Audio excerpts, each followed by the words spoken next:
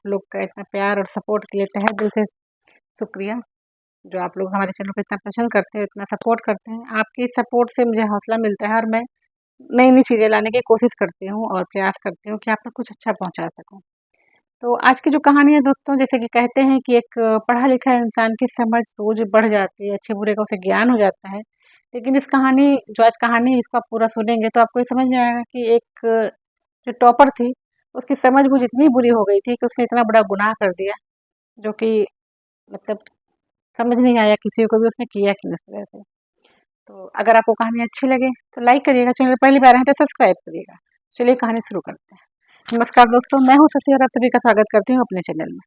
दोस्तों आज की जो कहानी है वो एक ऐसी लड़की की है जो कि अपने स्कूल में टॉपर थे और टॉपर होने के बावजूद भी उसने इस तरह का कांड किया जो कि सबकी समझ के बाहर था कि क्या कोई पढ़ी लिखी टॉपर लड़की इस तरह का कोई कांड कर सकती है। दोस्तों ये कहानी है एक ऐसी स्टूडेंट की जो एग्रीकल्चर में टॉपर थी और उसने लव मैरिज की थी एक दूसरी कास्ट के बंदे से।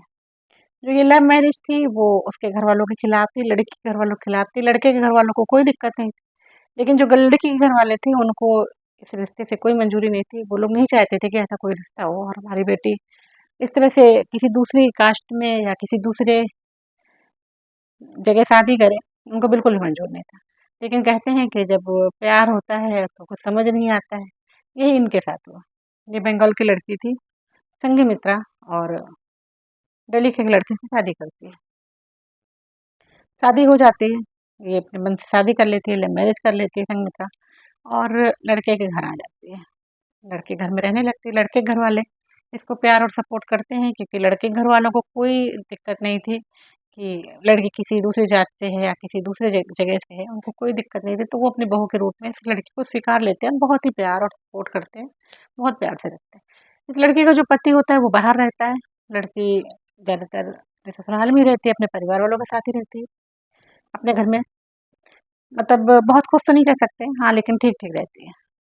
अब उधर क्या होता है, जो लड़की के माँ-बाप होते हैं, उनको इस बात से बहुत ही मतलब दिल को चोट पहुँचती है कि उनकी बेटी ने उनकी बिना मर्ज़ी के, मना करने के बावजूद भी अपनी मर्ज़ी से शादी कर ली, लव मैरिज कर ली। वो इस बात को बर्दाश्त नहीं कर पाते हैं और लड़की के जो माँ-बाप होते हैं, वो दोनों ही फांसी लगाकर आत्महत्या कर लेते हैं। फांसी लगाकर जब आत्महत्या कर लेते हैं, संघमित्रा को पता चलता है कि उनके घरवालों ने फांसी लगा ली, लेकिन उसे लगता है कि चलो मैंने जो फैसला लिया अच्छा लिया और ठीक है, वो अपने फैसले से खुश थी। धीरे-धीरे जब समय बीतता है दोस्तों, तो समय के जो परिवार के हर जाति के, हर गाँव के रीति-रिवाज अलग होते हैं।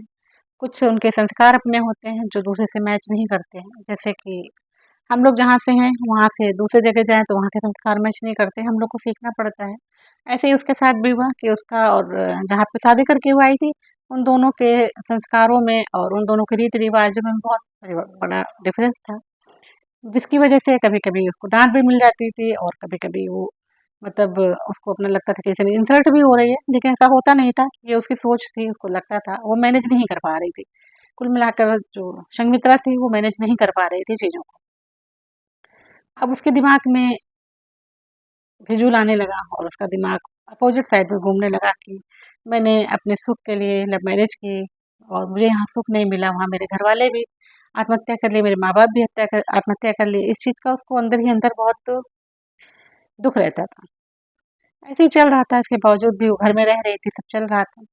एक दिन की बात है कि अचानक से जो उसकी सास थी और ससुर थे, बिल्कुल अच्छे स्वस्थ, उनको कोई बीमारी कभी कोई बीमारी नहीं हुई, कभी कुछ नहीं हुआ। उनको हाथ-पैरों में और सर में दर्द शुरू हुआ। पहले तो ससुर को हुआ, ससुर के हाथ में, पैर में और सर में दर्द शुरू हुआ। सब लोगों ने इसको नॉर्मल लिया क्योंकि हम लोग क्या सब लोग ऐसे ही सर दर्द और हाथ-पैर के दर्द को नॉर्मल ही लेते हैं, ऐसे वहाँ भी सब नॉर्मल ही लिया गया। 2-3 दिन के बाद उसकी सास के भी हाथ-पैरों में और सर में दर्द शुरू हुआ, सेम सिम्पटम्स जो ससुर के थे।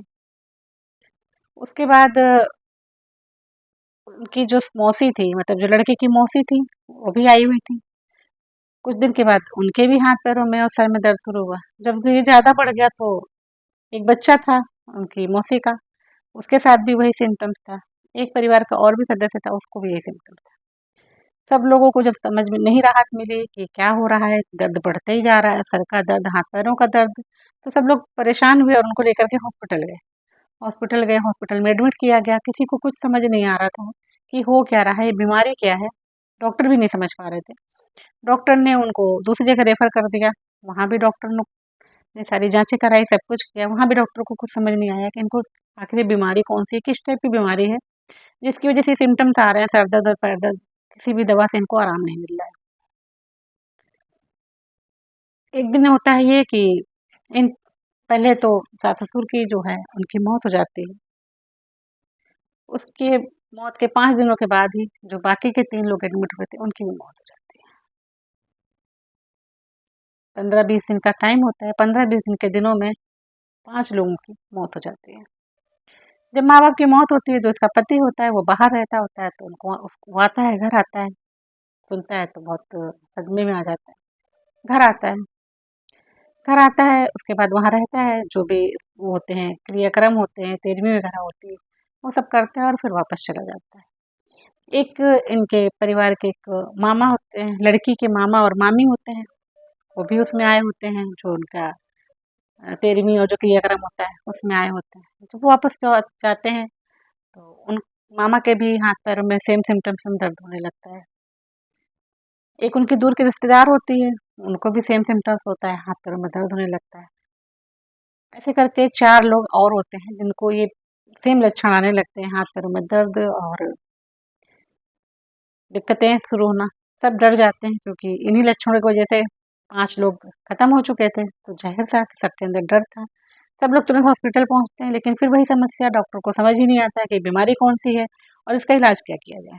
डॉक्टर अपना पूरा प्रयास करते हैं, लेकिन समझ नहीं आता है कि क्या चीज़ है। इसी बीच में जब 5 ये केस हुए, तो डॉक्टरों को ये लगा कि ऐसा कैसे हो रहा है कि एकदम से 5 लोगों की मौत हो गई। पुलिस भी सख्ती में आ गई कि एक साथ 5 लोगों की मौत, ऐसी कौन-सी बीमारी थी, सब लोगों को लगा कि घर में भूत-प्रेत होगा, कुछ जादू-टोना का साया होगा, जिससे कि ये सब हो रहा होगा। पुलिस भी यही सब सोच रही थी, फिर उनका दिमाग उस घर की बहू पे गया, जो कि संघमित्रा थी। पुलिस का दिमाग उस घर की बहू पे गया कि सबको ये समस्या हो रही है, जो-जो घर में आ रहा है, जो क्रियाक्रम में आ रहा है, उनको भी लौटने के बाद ये समस्या हो रही है। लेकिन इस घर की जो बहू है, इसको कोई समस्या नहीं हो रही है, बिल्कुल नॉर्मल बात कर रही है, ऐसा क्या है? फिर जो पुलिस थे, पुलिस के लोग जो थे, वो बहू के बारे में थोड़ी जानकारी निकालना शुरू किया।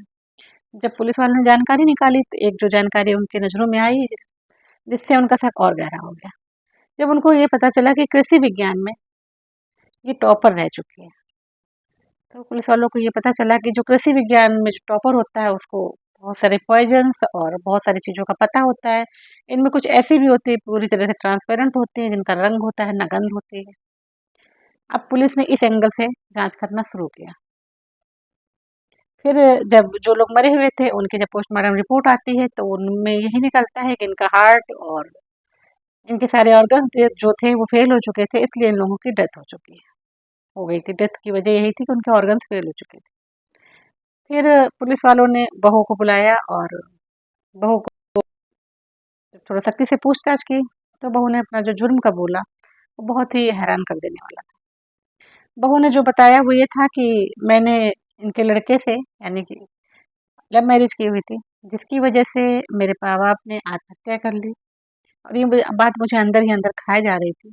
इसके बावजूद भी इनके घर में मुझे थोड़ी-थोड़ी बातों पे टोका जाता था, रोका जाता था और मुझे लगता था कि लोग मुझे इंसल्ट करते हैं, मेरी बेइज़्ज़ती करते हैं, जबकि सब कुछ छोड़ कर के मैं इनके घर आई थी और मैं यहाँ एडजस्ट नहीं कर पा रही थी, लेकिन मैं जा भी नहीं सकती थी कहीं। तो मैं सिर्फ़ यही फ़ैसला लिया कि जैसे मेरे पिताजी और मेरी माँ ने आत्महत्या किया है मेरे इस फ़ैसले से, तो मैं भी इस घर के सभी लोगों को मार दूँगी, जिससे कि उनकी आत्मा को शांति मिलेगी। तो वो जो कि कृषि विज्ञान की टॉपर थी, उसको ऐसे पॉइज़न्स के बारे में पता था। वो पॉइज़न वो लेकर के आती है और थोड़ी-थोड़ा मात्रा में दूध में, चाय में, खाने में, सब में डाल कर के वो देना शुरू करती है परिवार के सभी सदस्यों को, जिससे कि धीरे-धीरे वो काम करना शुरू करता है। जब पॉइज़न का असर बहुत ज़्यादा हो जाता है, तो इन लोगों को ये सिम्पटम्स आते हैं, जो कि वहाँ पे पोस्टमार्टम में भी निकल के नहीं आता है कि इनको कोई पॉइज़न दिया गया है। क्योंकि उसका ना कोई रंग होता है, ना स्वाद होता है, तो किसी को ये भी नहीं पता चलता है कि कुछ अलग टेस्ट है, इसको नहीं खाना चाहिए। अब जब पुलिस वालों को ये पता चलता है कि ये तो पॉइज़न था, तो जहाँ ये 4 लोग, बाकी के 4 लोग जहाँ एडमिट होते हैं, वहाँ उनको खबर दी जाती है और बताया जाता है कि इस तरह के पॉइज़न लोग को दिया जा रहा था, उसी का ये सिम्पटम्स है। तो बाकी तीनों लोगों का जब इलाज होता है, तो डॉक्टर जब जान जाते हैं कि इस पॉइज़न से इनकी डेथ हुई है, जो पिछली 5 डेथें हुई हैं, तो उस पॉइज़न का कार्ड जब डॉक्टर ढूँढते हैं, तो ये जो 3 होते हैं, जो संगमित्रा का पति होता है और 2 बाकी रिश्तेदार होते हैं, वो तो बच जाते हैं। इसमें एक मामी होती है, वो भी शामिल होती है। मामी का शामिल होने का ये होता है मकसद कि मामी थोड़ा गरीब होती है और एक ज़मीन होता है जिसका कि विवाद चल रहा होता है संगमित्रा के सास-ससुर। तो संगमित्रा जब मामी को सारी बातें बताती है कि मैं ये सब छोड़ कर के लव मैरिज करके यहाँ पर आई हूँ और फिर भी ये लोग छोटी-छोटी बातों पे मेरे साथ रोक-टोक करते हैं। मुझे ऐसा लगता है कि वे इंसल्ट करते हैं, तो मैं चाहती हूँ कि मैं लोगों को मार दूँ, जिससे कि मेरे घरवालों को, मेरे माँ-बाप को, आत्मा को शांति मिल सके। तो जो उसकी मामी होती है वो कहती है मैं तुम्हारे साथ हूँ, क्योंकि उसमें मामी का भी निजी स्वार्थ छुपा होता है, क्योंकि मामी का ये सोचना होता है कि अगर पूरा परिवार मर जाएगा, तो ज़मीन का जो विवाद चल रहा है, उसमें अकेली मैं बचूँगी और वो ज़मीन मेरे हिस्से में आ जाएगी। दोस्तों लालच और इस तरह के साथ था कि अपने ही भाई और भाभी को खत्म करने में किसी ने सोचा नहीं। और जो संघमित्रा थी, वो इतनी पढ़ी-लिखी और इतनी टॉपर होने के बावजूद को ये समझ नहीं आया कि किसी भी समस्या का हल किसी की जान लेना या किसी की हत्या करना नहीं होता है। इतनी पढ़ी-लिखी टॉपर होने के बाद भी पुलिस उसको अरेस्ट करती है और उसको सज़ा मिलती है। तो सावधान रहें, सतर्क रहें कि इस कहानी को सुनाने का मकसद सिर्फ़ मेरा इतना था कि सावधानी बरतें और चीज़ों को समझें, जिससे कि कभी आपके जीवन में इस तरह की परेशानियाँ आने वाली हों तो आप सतर्क हो जाएँ। और सतर्क रहेंगे तो कभी आएगी भी नहीं। बाकी किसी को ठेस पहुँचाना मेरा मकसद कभी नहीं होता है। कहानी कैसी लगी आप कमेंट बॉक्स में बता सकते हैं और अगर अच्छी लगी तो लाइक ज़रूर करिएगा। मिलते हैं किसी नई कहानी के साथ, तब तक के लिए नमस्कार।